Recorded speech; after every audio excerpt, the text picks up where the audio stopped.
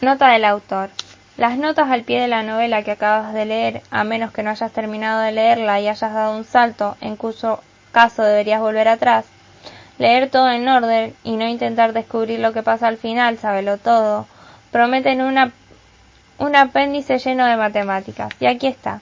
Resulta que saqué un insuficiente en cálculo, pese a los heroicos esfuerzos de mi profesor de matemáticas del instituto, el señor Lantrip, y luego seguí con una asignatura llamada Matemáticas Infinitas, porque se suponía que eran más fáciles que el cálculo. Elegí la facultad a la que fui, parte porque no tenía que hacer matemáticas, pero poco después de la universidad, y sé que es raro, empecé a interesarme por las matemáticas. Por desgracia, sigo siendo un negado. Con las matemáticas me pasa lo que me pasaba a los 9 años con el skateboard. Hablo mucho de ellas, pienso mucho en ellas, pero no sé hacer nada con ellas. Por suerte, soy amigo de Daniel Biss, que es uno de los mejores jóvenes matemáticos de Estados Unidos. Daniel es mundialmente famoso en el ámbito matemático, en parte porque el artículo que publicó hace unos años, que al parecer demuestra que los círculos son básicamente triángulos planos e hinchados, también es uno de mis amigos más queridos. Daniel es casi el único responsable de que la fórmula sea matemáticas reales que funcionan realmente en el contexto del libro. Le pedí que escribiera un apéndice sobre las matemáticas que hay detrás del teorema de Colin. Este apéndice, como todos los apéndices, es de lectura estrictamente opcional, por supuesto, pero es fascinante, créeme, disfrútalo. John Green. Apéndice. El momento eureka de Colin estuvo formado por 3 elementos. En primer lugar, observó que una de las relaciones son algo con lo que puedes hacer un gráfico. Un gráfico que podría ser tipo algo así. Según las tesis de Colin, la línea horizontal, que llamamos el eje X, representa el tiempo. La primera vez que la curva cruza el eje X corresponde al principio de la relación, y el segundo cruce es el final de la relación. Si la curva pasa el tiempo intermedio por esa del eje X, como sucede en nuestro ejemplo, la chica deja al chico. Si por el contrario la curva pasa debajo del eje X, significa que el chico deja a la chica. En este contexto, chico y chica no remiten al género. Para las relaciones de personas del mismo sexo, perfectamente podrían llamarlos chico 1 y chico 2, o chica 1 y chica 2. Por lo tanto, en nuestro diagrama, la pareja se da el primer beso un martes y la chica deja al chico el miércoles. Al fin de cuentas, una relación Colin-Catherine bastante típica. Como la curva cruza el eje X solo al principio y al final de la relación, deberíamos esperar que en cualquier punto de tiempo, cuanto más se aleje la curva del eje X, la relación está más lejos de romper. O dicho de otra manera, la relación parece ir mejor. Pongamos otro ejemplo más complicado. El gráfico de mi relación con una de mis exnovias. El inicio fue en febrero, cuando en cuestión de horas nos conocimos, se produjo una tormenta de nieve, ella destrozó su coche en la autopista helada y de paso se rompió la muñeca. De repente nos encontramos atrapados en mi casa, ella inválida y hasta las cejas de analgésicos, y yo entretenido y embriagado en mi papel de enfermero y de novio. Esta frase terminó abruptamente cuando 2 semanas después la nieve se derritió, su mano se curó y tuvimos que salir de mi casa e interactuar con el mundo, con lo cual descubrimos de inmediato que llevábamos vidas radicalmente diferentes y que no teníamos tanto en común. El siguiente pico menor tuvo lugar cuando fuimos de vacaciones a Budapest. Terminó un poco después cuando nos dimos cuenta de que pasábamos unas 23 horas de cada romántico día en Budapest peleándonos por absolutamente todo. La curva cruza por fin el eje X en agosto, que es cuando la dejé. Ella me echó de su casa y me encontré tirado en las calles de Berkeley, sin casa y sin un centavo, en plena noche. El segundo elemento del momento eureka de Colin es el hecho de que los gráficos, incluidos los gráficos de las relaciones amorosas, pueden representarse mediante funciones. En este caso hay que explicarlo un poco. Ten paciencia. Lo primero que tenemos que decir cuando dibujamos un diagrama. Cada punto puede representarse mediante números, o sea, la línea horizontal, el eje X, tiene pocos números marcados y lo mismo la línea vertical, el eje Y. Pero para especificar un solo punto en algún lugar del plano, basta con incluir en la lista dos números, uno que nos diga a qué altura del eje X está el punto y otro que nos diga a qué altura del eje Y está situado. Por ejemplo, el punto 2,1 debe corresponder al punto 2 del eje X, y al punto 1 del eje Y.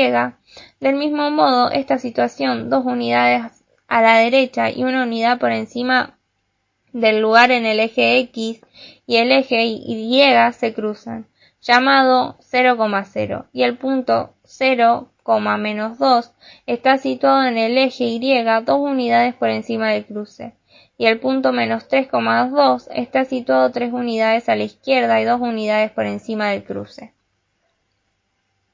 Pasemos a las funciones. Una función es una especie de máquina para convertir un número en otro. Es un reglamento para un juego muy sencillo. Te doy el número que yo quiera y tú siempre me das otro número. Por ejemplo, una función podría decir multiplica el número por sí mismo, es decir, elévalo al cuadrado. Entonces nuestra conversación sería algo así. Yo 1, tú 1. Yo 2, tú 4. Yo 3, tú 9. Yo 9.252, tú 85.608.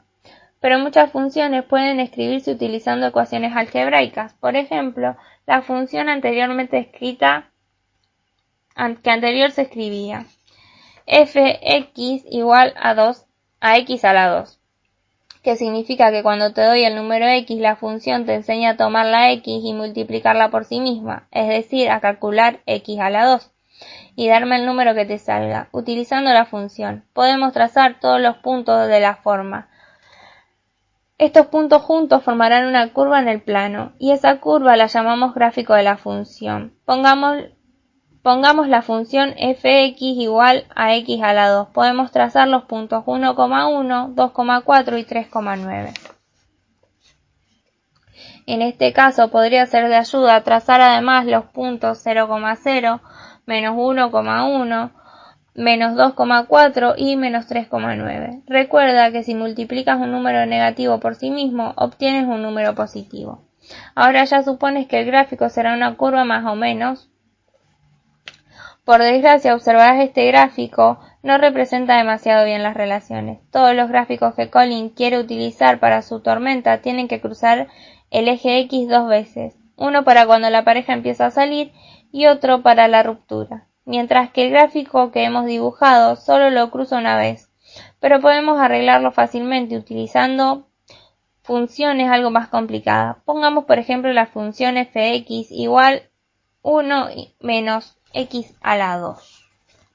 Colin conoce bien este gráfico. Es el gráfico de una relación breve en la que la chica lo deja. Sabemos que la chica deja a Colin porque el gráfico está por encima del eje X entre el primer beso y la ruptura. Es el gráfico que resume la historia de la vida de Colin. Ahora lo único que tenemos que hacer es descubrir cómo modificarlo para afinar algunos detalles. Uno de los grandes temas de las matemáticas del siglo XX ha sido el deseo de estudiar todo en familias. Cuando los matemáticos utilizan la palabra familia, aluden a cualquier colección de objetos similares o relacionados. Por ejemplo, una mesa y un escritorio son miembros de la familia muebles. La idea es la siguiente. La línea no es más que una colección, una familia de puntos. Un plano es sencillamente una familia de líneas, y así sucesivamente. Se supone que esto te convencerá de que si un objeto, como punto, es interesante, entonces será todavía más interesante estudiar toda una familia de objetos similares, como una línea. Este punto de vista ha imperado totalmente en las investigaciones matemáticas de los últimos 60 años.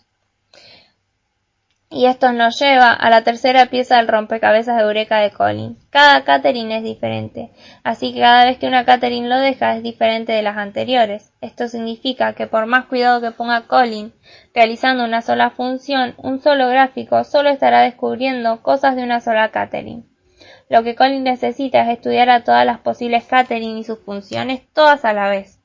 Dicho de otra forma, lo que necesita es estudiar a la familia de todas las funciones de las Catherine.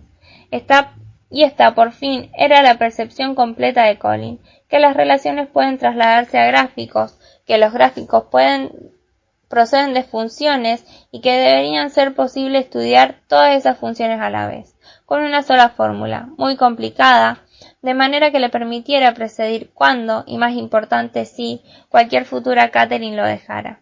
Pongamos un ejemplo de lo que esto podría significar. De hecho, hablaremos del primer ejemplo que Colin eligió. Fx igual d a la 3, x a la 2 menos d. Para explicar esta expresión, sin duda, tengo que responder a muchas preguntas. En primer lugar, ¿qué demonio es d? Es el diferencial dejador-dejado. Puedes darle a cualquiera una puntuación entre 0 y 5, en función de su lugar en el respecto del amor.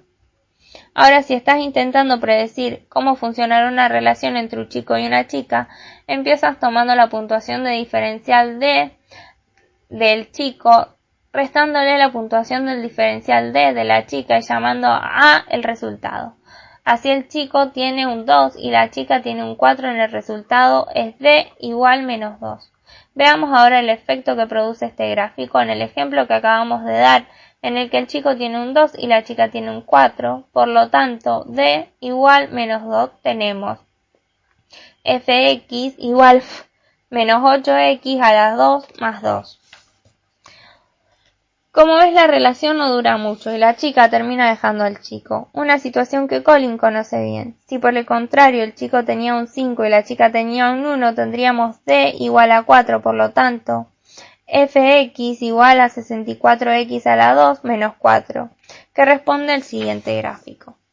Esta relación es aún más breve, pero parece más intensa. El pico es especialmente abrupto, y esta vez el chico deja a la chica. Por desgracia, esta fórmula tiene problemas. En primer lugar, si d igual a 0, es decir, si son dejadores o dejados iguales, obtenemos fx igual a 0, cuyo gráfico es simplemente una línea horizontal, de modo que no puedes decir dónde empieza o termina la relación. El problema más importante es que evidentemente es absurdo pretender que las relaciones sean tan simples, que sus gráficos sean tan uniformes, que al final es lo que Lindsay Lee Wills ayuda a descubrir a Colin. Y así, la última fórmula de Colin termina siendo mucho más útil. Pero el punto principal puede verse ya en este caso. Como d puede variar, esta fórmula es capaz de especificar toda una familia de funciones, cada una de las cuales puede utilizarse para descubrir una relación Colin-Catherine diferente, así que lo único que Colin tiene que hacer ahora es añadir cada vez más variables, más elementos en las líneas de d. Esta fórmula, de modo que la familia de funciones que abarca es mayor y más complicada, y por lo tanto tiene la esperanza de sintetizar el complejo y desafiante mundo de las rupturas con las Catherine, y es lo que al final Colin entiende gracias a la perspicacia de Lindsay. Esta es la historia de Colin Singleton, en su momento eureka y el teorema de percibilidad subyacente de las Catherine. Debería puntualizar brevemente que aunque ningún matemático adulto y razonable, como mínimo no un matemático que tenga alma, se atrevería a sugerir que las relaciones amorosas pueden precedirse con una sola fórmula, lo cierto es que un trabajo reciente apunta en esta dirección. En concreto, el psicólogo John Gottman, durante mucho tiempo jefe del Laboratorio del Amor de la Universidad de Washington, y un grupo de coautores, incluido el matemático James Murray, han dejado publicado un libro titulado Las matemáticas del matrimonio, que pretende utilizar las matemáticas para predecir si los matrimonios se romperán. La filosofía fundamental es parecida, a grandes rasgos. El teorema de Colin, aunque las matemáticas que incluye son mucho más sofisticadas y el resultado que ofrece es mucho más modesto. Estos autores nos dicen que pueden predecir todos los divorcios, si no solo pueden hacer algunas hipótesis fundamentadas.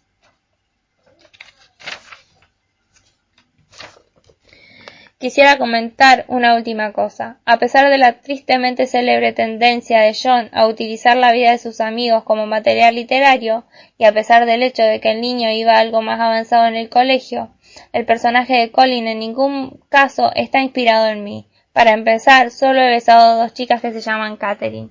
Sin embargo, resulta interesante que en toda mi carrera de dejador patológico, las Catherine fueron las únicas 2 mujeres que me dejaron a mí. Es extraño, casi hace que me pregunte si existe alguna fórmula por ahí. Daniel Smith, profesor auxiliar de la Universidad de Chicago e investigador del Cray Mathematics Institute.